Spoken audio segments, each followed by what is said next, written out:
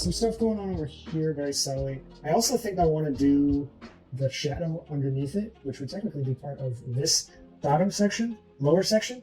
But I still want to do it all at once because I don't want to risk going back, and doing this whenever I do it. Maybe I do it next after this. Like, I don't know. Maybe I'm going to start here. I haven't really thought that far ahead yet. So I don't want to go back to this part at some point in the future and then forget that I didn't do that shadow, get caught up in what I'm seeing here and not how it interacts with the other sections. So we're definitely going to do that shadow. It gets kind of crazy over here. You'll see that there is a flower here, and that flower is continued into this. And it must be that it just ends right where it's sewn, because it doesn't spill into this section here. And this flower is a similar color to this one. And looking at this, I may want to push the dark red in that. I'm not sure. I might see how it goes first. See everything as a whole, and then go back and determine what needs to be lighter, what needs to be darker, what needs to be more intense, what needs to be less intense. So we will get started. So I guess I will start with a very simple brown. I'm probably just going to, I could just leave that. It's already brown. I do need to kind of put a shadow in this. So maybe we'll mix the a chair, like the local color of the chair first. And then we will work on the pink, the browns, and there might be a little bit of blues in there, I'm not sure. So to mix my chair color, I'm going to use the same mixture I've been using, which is just a little bit of cerulean blue. And we're going to take the opposite of that, which is orange. In this case, my warm yellow. We're going to take the tiniest little bit because I always make this too neutral to the point where it's hardly anything at all. And I think I still use too much orange.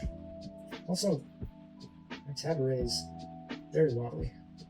But actually, that might be alright. I think we're good. Let me get some of that blue off of there, and I think it'll be perfect.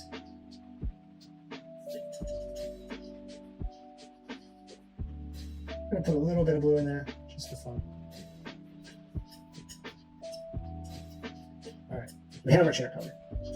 I'm just going to throw it there, I don't need here. Alright, so what I'm doing here is this lip is a rounded, I guess you could call it a cylinder, even though it does turn this corner, but it does have some value changes, just like any round cylinder would have. If we were looking at this, we hold it up in the light, we see darks probably here, some highlights here, something to that effect. But we want to do the same thing with this cylinder. So we have our darker color here. Didn't open my medium yet. Started looking into some other mediums. I think it's mediums, pretty sure. No one give me crap for calling it mediums, because I'm pretty sure mediums is correct, even though the plural of medium is usually media. I know, I get it. But when we're talking about these, they are mediums. So I was looking into some other ones.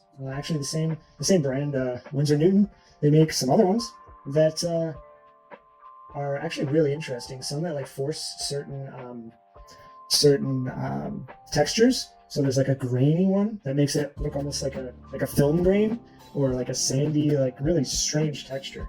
And I wanted to get that, but apparently Winsor Newton is having some supply issues during the pandemic, and I'm probably not going to get any of those anytime soon. But I do want to check it out. There's some other ones too, ones that make it dry faster, slower. I actually have used some of those, and the ones that make the paint dry faster are absolutely awful. It dries so fast, it might as well be acrylic, and I'm guessing that is the idea, but it is just so fast to the point where, if you're going to use that, I'm not quite sure what the advantage is of not just using acrylic paint, to be completely honest.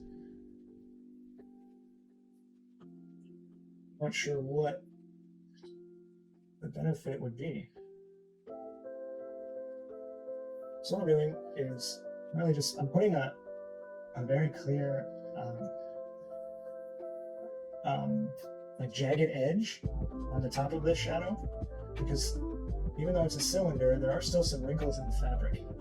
And those wrinkles in the fabric are kind of the key to making this look dimensional. So I definitely want to keep that. And it continues eventually all the way. So I'm going to keep that jagged, crooked edge all the way across. I'm going to blend a little bit. Wow, really farmed that.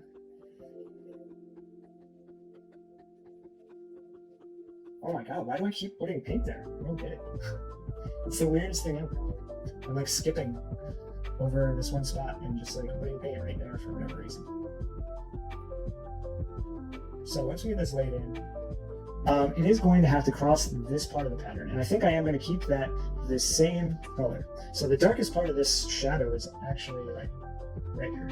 It's also going to be dark where the dress meets, so I'm going to make sure that it's dark there and not lifted at all.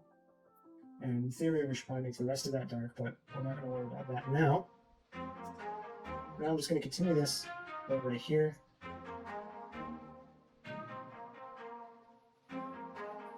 And we still want to keep that jagged pattern on top.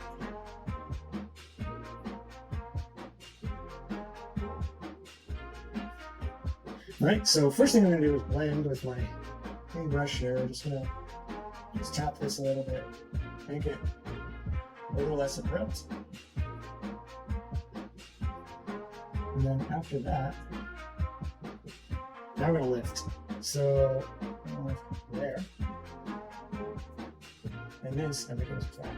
Oops, punching the camera. And I think we're alright. I think I might have taken too much off here. And we're also going to add in a little bit on the opposite side here. I want to kind of put this down in, but I'm going to make just a little subtle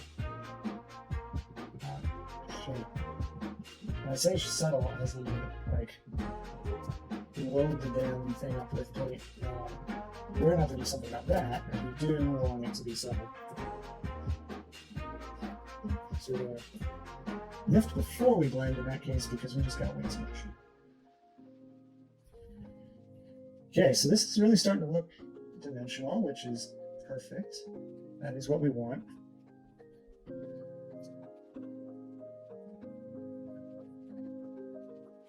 Okay, so just that little bit is already making it look like it has some dimension. I do think that this might be a little too harsh or abrupt on that top edge of that shadow. I think we're all right there. Oh geez, punch the camera again. Also, I know that here is going to be some like a break in the pattern, so I'm going to just lay down a little shadow there. Did my light go out already? All right, I guess we're dealing with some dark palette, but I didn't feel like everything seems dark today. Maybe it's my white shirt messing with the color balance. Who knows? I feel like the detail cam's a little green. Tell me if I'm just crazy, because it's a pretty good possibility. But I've noticed that this camera here has been kind of green lately. I actually think I can fix that. So give me 1 second. Are you sure you're not crazy? I really couldn't tell you. So what I'm going to do is I'm going to see what kind of control I have over this. So hue, let's see if we go in this direction. Actually, I think that did what I wanted it to, maybe a little bit more. But whoa. All right, so we got to find a nice little happy medium. And for whatever reason, I can't type into this field. There we go. There we go. I think that looks more blue, right? Might be a little too much. Let's go to 8. There we go. I think that's it. Much, much better. That's blue, right? That matches the same. Yeah, I think we're good. Okay. While I'm doing, I should probably tackle palette camera. Looks a little yellow, but I'm done. I'm not doing it anymore. Technically, I shouldn't do that unless the palette is lit up, which it is not. I wonder if I can like trick it. I cannot trick it. So I need a separate light for my palette, which is only going to make it even hotter in here. And I may not survive the first stream after I have a light on my palette, but I think it has to happen eventually. For now, we're going to deal with our dark palette. Now, you do have to be careful because that can affect your colors. I mean, if you're mixing colors in the dark, you're going to think that they're darker than they are, and then you put them on your painting, and then you get your painting in some good lighting, and then you see, whoa, what was I thinking? So, something to keep in mind, something that I'm worried about, but this isn't the first time this has happened. Can you explain more about how the medium works? And hope you're well. Hey, Pam, I'm glad you're here. Welcome back. So back to Raquel's question. Can you explain more about what the medium does, how it works? So the medium basically just thins your paint.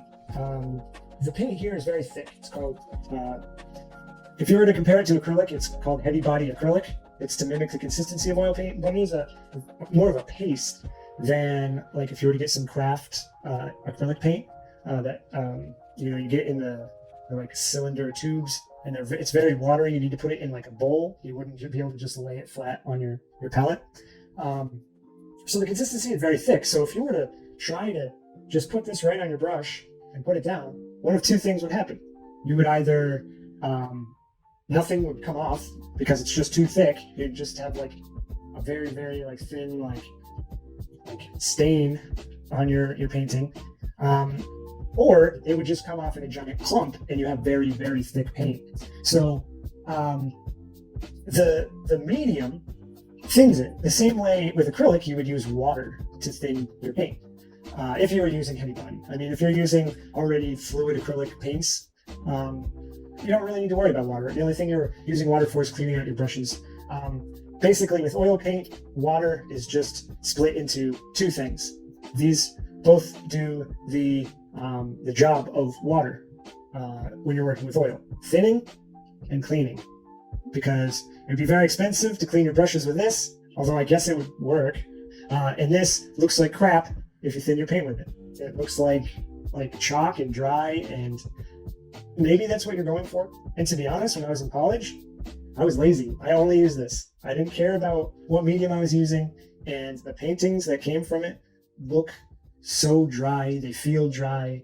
They honestly look like they're chalk pastel. So unless you really want that, I would not recommend it. So the medium really just thins the paint. It can also do some specialty things. So in this case, this one is, it acts as synthetic linseed oil. Linseed oil is the oil in oil paints. To make oil paint, you take linseed oil and you take ground up pigment powder and you stir it together and you get oil paint. Linseed oil is a non-drying oil. I think there's a different name for it because it doesn't actually dry, cures, but this specific one is meant to simulate just pure linseed oil. It's going to do the least amount of kind of change to the paint. But there are others. There's stuff called liquid, and liquid is a medium that is, first off, it's darker. It's a dark brown. Does it change the color of your paint? Not really. Maybe very, very, very slightly. But what it does is first off, it makes your paint dry a little faster. But it's also a non-Newtonian fluid. So that means it won't move unless there's force exerted on it. So it won't drip.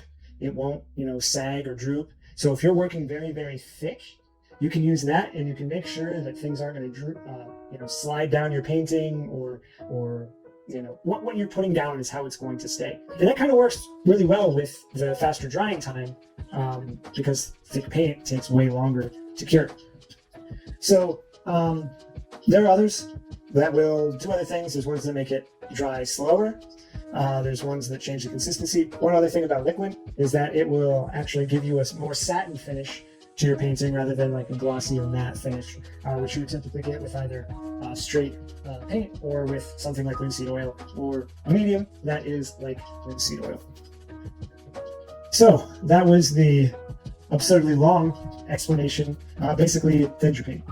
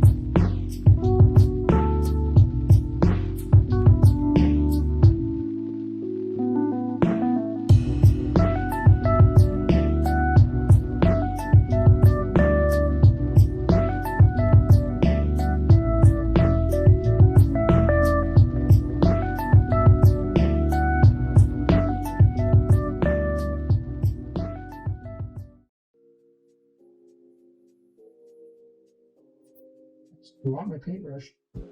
Paint on myself.